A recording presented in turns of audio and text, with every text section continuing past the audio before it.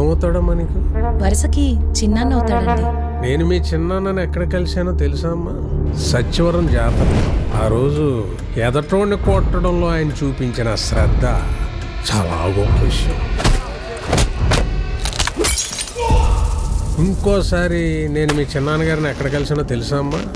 ఓ బ్రోతల కోసం మా పోలీసుని కొడుతుంటే ఆయన ఆపడానికి మధ్యలోకి వెళ్తే నన్ను కూడా తోసాడు. పోలీసు మాయా, దెబ్బలు పెద్దగా ఆడలేదు. నేను కొంచెం గట్టిగా ట్రై చేయి. మనిషిలో బీపీ, షుగర్, కొలెస్ట్రాల్ కొనడానికి మిషన్లు వచ్చాయి. మూర్ఖంతో కొనడానికి ఇంకా రాలేదు. ఒకరు ఉంటే నీ విషయంలో బోర్డర్ దాటేస్తుంది.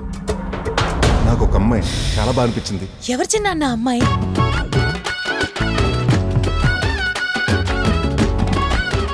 ఆ సిగరెట్టు, మందు, ఆ మూడోది చెప్పాలంటేనే ఏదోలా ఉంది. మానేయచ్చు కదా.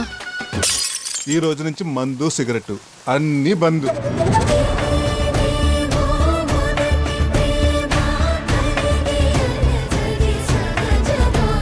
ఎప్పుడు నా గురించి ఆలోచిస్తావు కదే, ఎందుకో నీ గురించి ఆలోచించాలనిపిస్తుంది.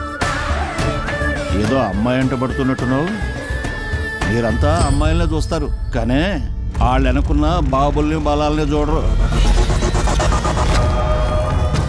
అప్పుడే నేను వాడిని కూర్చోబెట్టి వాడికి అర్థమయ్యేలాగా చెప్పుండాలి.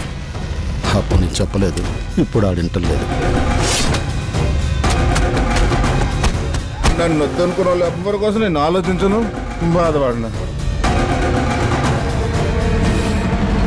ఆడిని ఎప్పుడు ఎలా కొట్టాలో నాకు వదిలేయండి.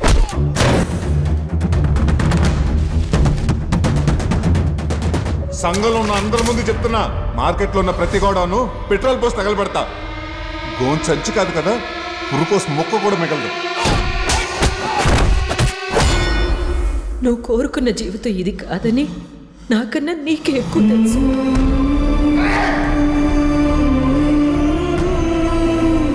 బతుకున్నంతకాలం ఈ బాధను అనుభవించాల్సిందే. చచ్చే రోజు వచ్చేదాకా చావు కోసం ఎదురు చూడాల్సిందే.